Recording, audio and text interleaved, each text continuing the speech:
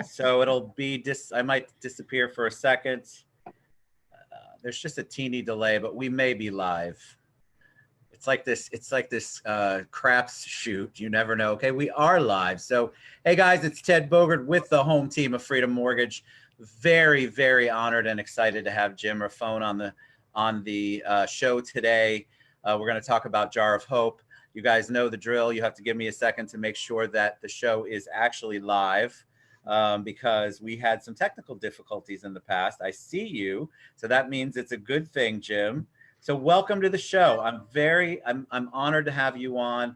I knew enough from Brandon and everybody about you to already be in awe, and then I read more when I was doing a little bit of research, which I rarely do on anyone, but I wanted to have my ducks in a row. I just think it's amazing what you are doing and what you have done. So welcome to the show.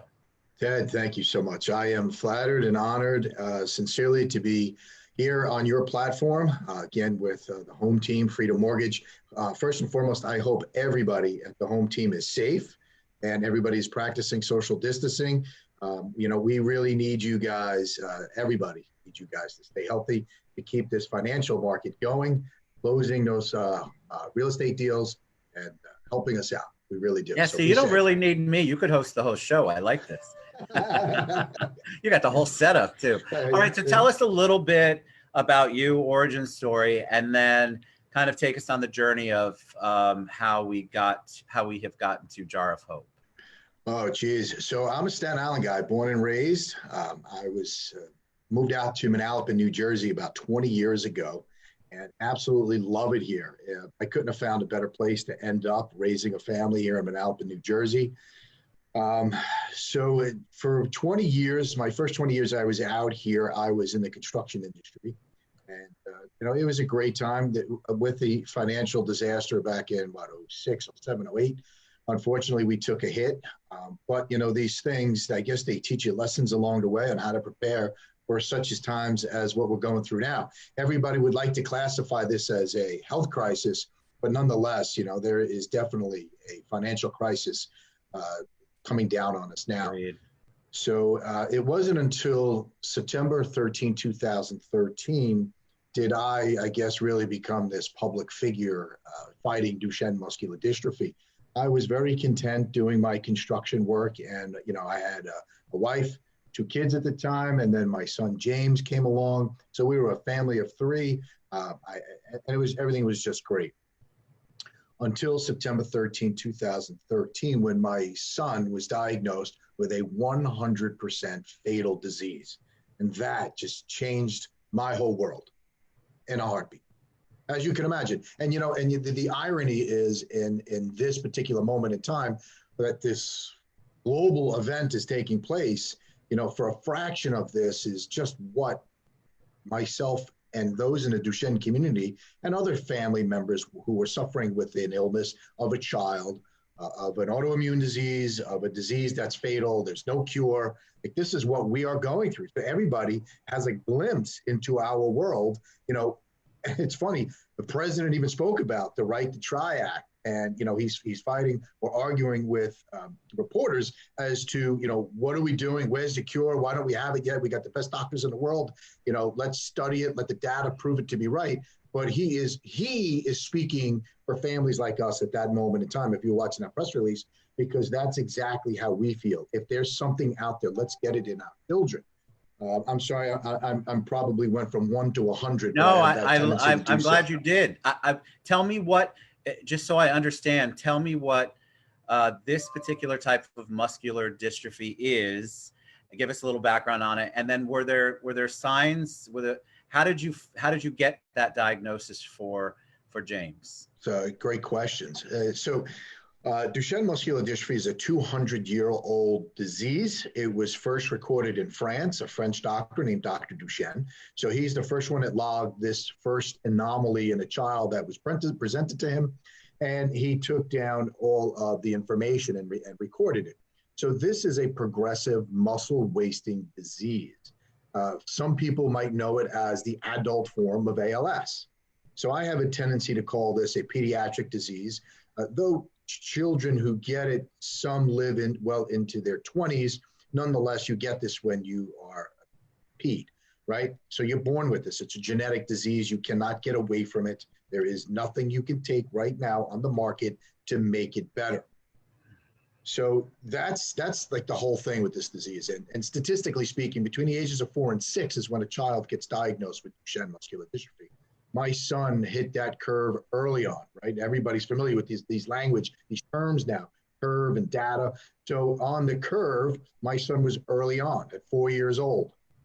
Statistically speaking, between 9 and 13, children lose the ability to walk. Thank God, Jamesy right now is above the curve. He just turned 11 March 31st, and he's still walking.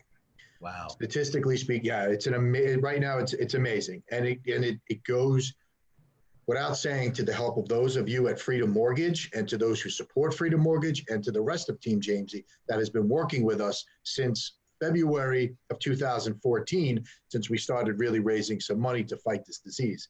So I give everybody who donated back then all the credit in the world, because without those guys who started, we wouldn't be where we are today. So with that Where said, did you come up with, when did it, it's one thing you're as a parent, of course, you're going to be an advocate. I mean, it becomes your whole life. But usually it's focused on your child. When did you have the idea, or when did you develop Jar of Hope? So that's a great question. Initially, my wife and I, we didn't want any part of this. And when I say that, unless you've watched the video on our homepage at jarofhope.org, my wife at the time, this is a very reeling disease. And the information you get from a geneticist is basically go home and love your son because he's going to die. And he's going to die a miserable death. That's it. That's Duchenne muscular dystrophy.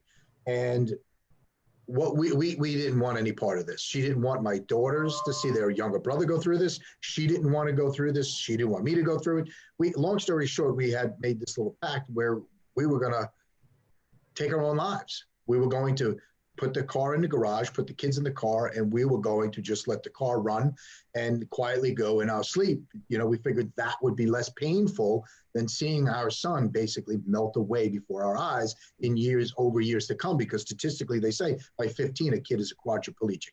And from there on, it's downhill. If that's not downhill, I don't know what is. But so that's where we were. So luckily, people came to the house. They heard of what we were reeling with, and they took my children out of the house. And then September 15th, that following Monday, it was my mother's birthday. And then it just dawned on us, we were really, really in pain, really in a dark place, and we really didn't know how to deal with it. But then we started to say, listen, it's my mother's birthday. She can't wake up on the 15th and find out that her grandchildren, her son, her daughter-in-law are gone because of this deadly disease. So luckily enough, we started to fight. Initially, I went to 2 other organizations, and I wanted to work for them. I wanted to volunteer for them. I wanted to do whatever I could to save not only my son's life, but the life of those who had already founded another organization. Why reinvent the wheel? It's already going. Some people in the area had it going for 6 to 8 years before us. Jump on board and help out where you can, right? Unfortunately, I was turned away, not once, but twice. And why? That's a very good question, right? I mean, I would beg, if anybody came here and said, I want to help you, Jim, come on in. Let me hear what you got, right?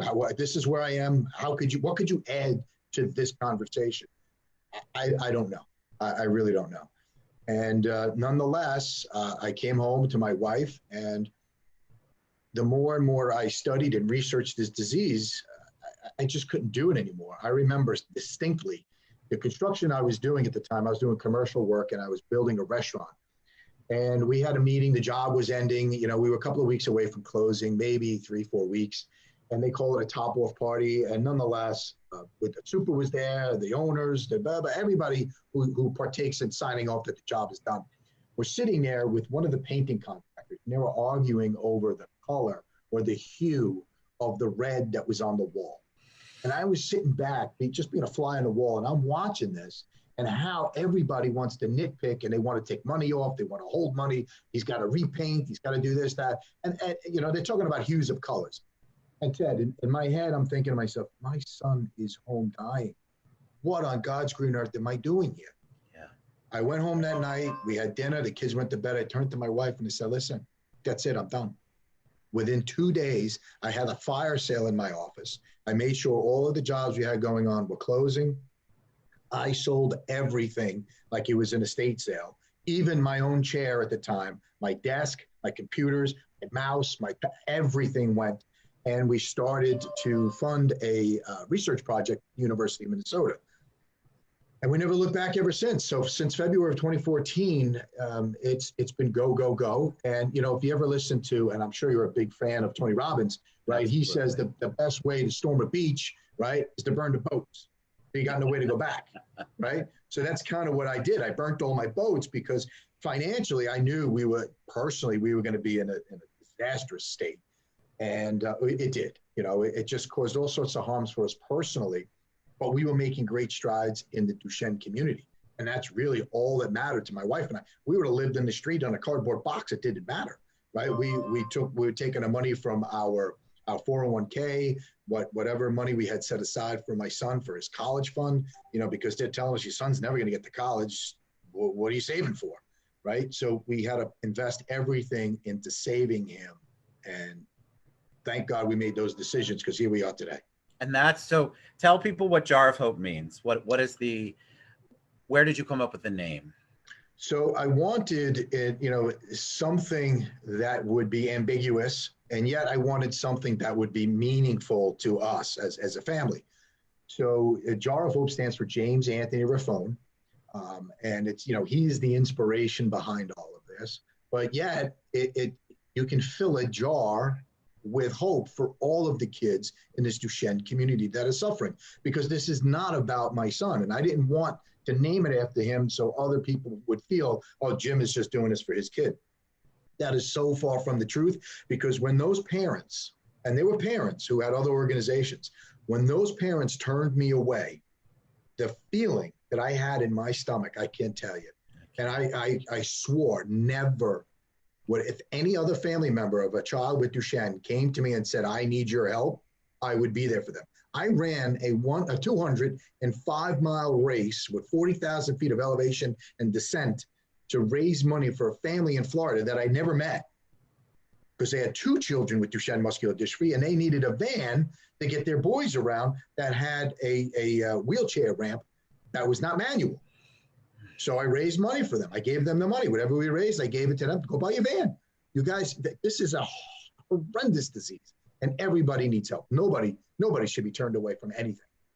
How did you come up with because you mentioned running, that was going to be one of my questions. You just said 205 miles. So yeah. How did the running become part of what you do and how you raise funds? So it started back in 2014. I turned to my right, I turned to my left. Anybody who I spoke to, they thought I was nuts. They thought the geneticists were, where's this disease, Duchenne? No one's ever heard of it. Are you sure your son's got it? I went to 6 second opinions.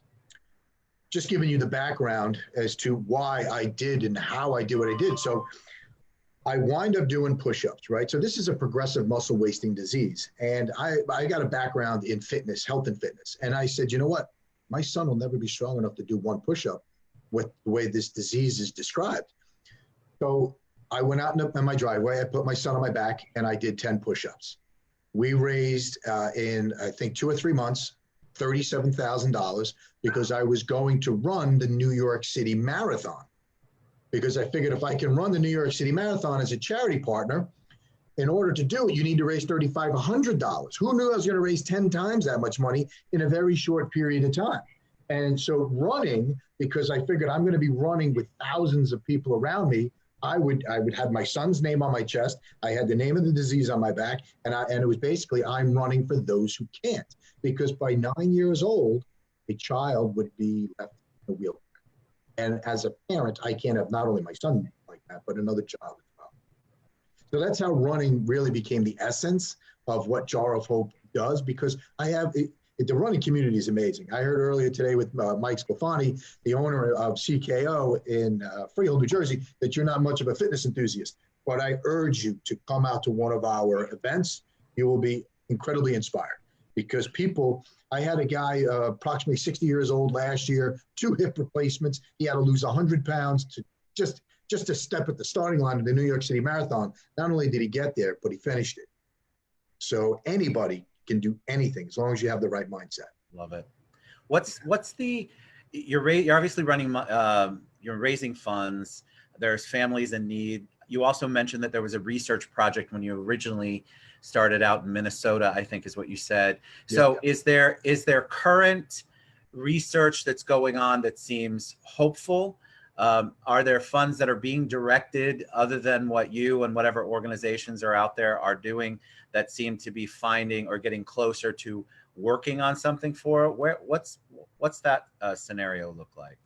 So given the complexity of Duchenne muscular dystrophy, because the mutation falls on the dystrophin gene, people feel there's several different ways to find a cure for this. So I'm leaving the cure for the scientific geniuses, right? I'm not going to go up against them or try and spend money to get to a finish line before them.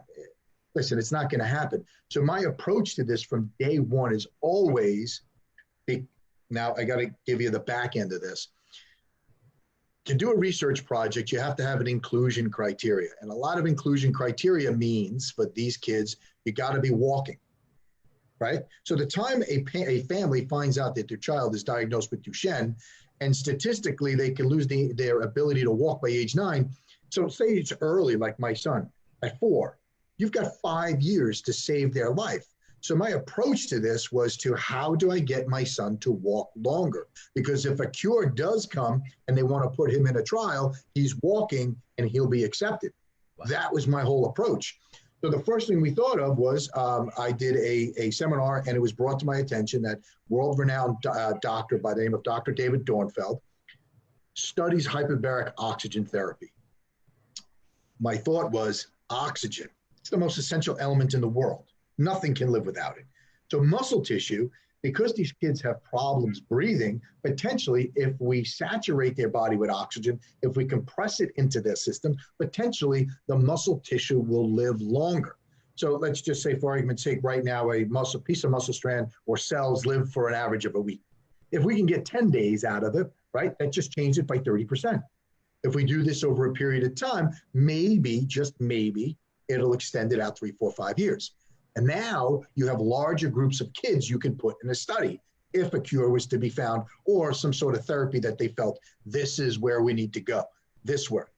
So that's all we did. So I sought out a doctor at the University of Minnesota. We put this research therapy together with the mice. We had 3 different colonies of mice. Long story short, we saw an increase in their respiratory system, their cardiac function, and their strength. So now we're up to a phase 2 study. We found a compound we have, and along with the hyperbaric chamber study, where now we have a group of 5 boys. So we went from the animal model to the human model. We have my son and 4 other boys from around the world. There's a kid from Ireland, a kid from South Africa, Pennsylvania, and California. And now we are studying these boys, and so far, thanks to the help of those at NJ Spine and Wellness in Freehold, New Jersey, they're doing testing of these boys' strength testings before and after each infusion. And so far, we're seeing positive results with zero side effects, nothing negative, no adverse effects whatsoever. So I'm not saying we got a cure. All I'm saying is right now we could potentially be on the precipice of finding the first therapy ever to slow the disease down so the geniuses out there can really find the cure for us. What does somebody do to get involved? Because all I can think of when I hear you speak, the first thing I want to do, the first thing I think of is, oh God, how can I help him? How can I help the cause? How can I help Jar of Hope? So if we have people, obviously you're in New Jersey, I'm in Orlando, people are watching all over. How can they get involved to help what you're doing with Jar of Hope?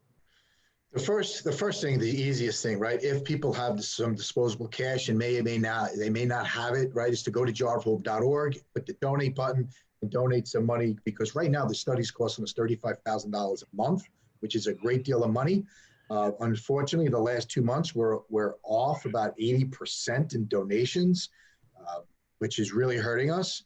But the whole world is in a crisis mode right now. We did create a virtual race We were supposed to have a stadium run. Our sixth annual stadium run was to take place in May, because right now with COVID-19, you can't gather together, social distancing. So the race had to be canceled. We're canceling all our events right now at the tune of like 1 to 2 a month up until July. So that really hurts. So people want to do a virtual race. If they got a treadmill, they go out walking, they go out running, they can go to charityfootprints.com/jar of hope. That's charityfootprints.com/jar of hope. And I want everybody to know, initially, the funds were going to go to Jar of Hope 100%. But because of small businesses like yourself, like the Freedom Mortgage and CKO, and a lot of other local businesses around us, we decided to give back 70% of whatever the money comes in to your local business of choice. So if Ted, if you wanted to start walking and you wanted to do a 5K, right, and you select and you will create a team for home team, right, whatever money, however big that team gets, whatever money gets raised, we donate 70% of that money to the home team. So, and this is a global event. So if you're in New Zealand, if you're in Canada, you're in Hawaii, you're in Ohio, right, you can create a team, click on that link, and we will send funds to a local charity or a local business near you. And don't forget, that was a slip of the tongue, but nonetheless, if there's an Autism Speaks out there, right, if there's a CF foundation, anybody who wants to do a walk, I don't care who it is, we will donate the money because you selected or created a team for them.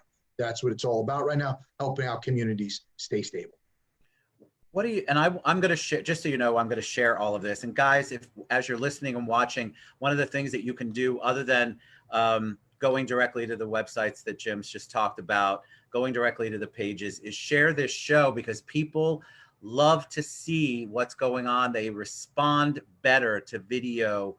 And when Jim is talking from the heart, like he's done, and telling his journey and his family's journey, there's nothing better than somebody listening to this rather than just reading. This is it. This is the emotion. This is the human side of everything that you're doing. I have to ask, because I ask everyone, what are you doing during this time to stay positive? What are you doing to stay creative? Because you're in a mode where this is just so close to your heart and your family. And not that it isn't for everyone else, but this is on a much different level, in my opinion. What are you doing?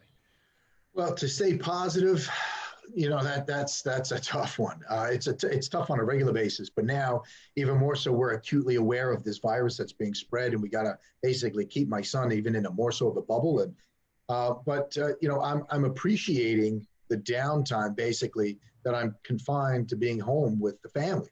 This is something in the last 6 years I haven't had, and I'm really enjoying it. So being there, playing Legos with my son again, stretching him, doing homework with him, having that quality time with him, and my daughters is precious.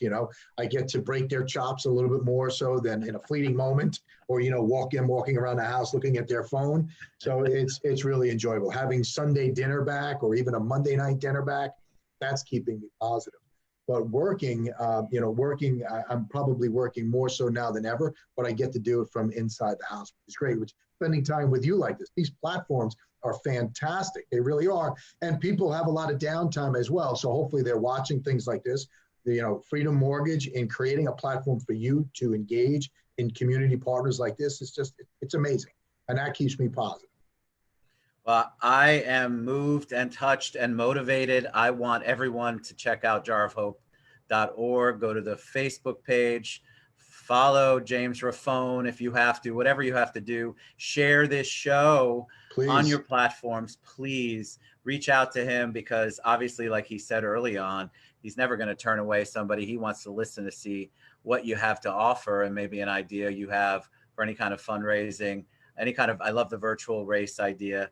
What a blessing to have you on the show, Jim. Thank you so much for sharing your story. I didn't get choked up too bad. It's bad when I don't speak much. That means it's good.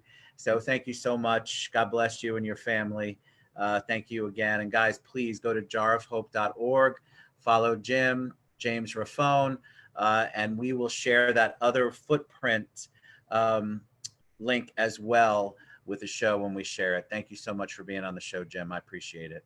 My pleasure as well. Is it okay? Is it okay if I just say to the Jar of Hope and Team Jamesy out there? Yes. Freedom Mortgage. If you guys are going to refinance or possibly buy a new home once this mess is over, go to these guys. They are not only knowledgeable but also extremely philanthropic. Over the last few years, without them, I don't know where we would be. So you want to take care of those who take care of those, and we are one of those beneficiaries out there. So Freedom Mortgage, thank you so much for everything over the last 4 years. I really appreciate it. Thank you. All right. Thanks so much. jarofhope.org, guys. Reach out. Share this show. Thanks so much, Jim. Have a great one. You as well. Thank you.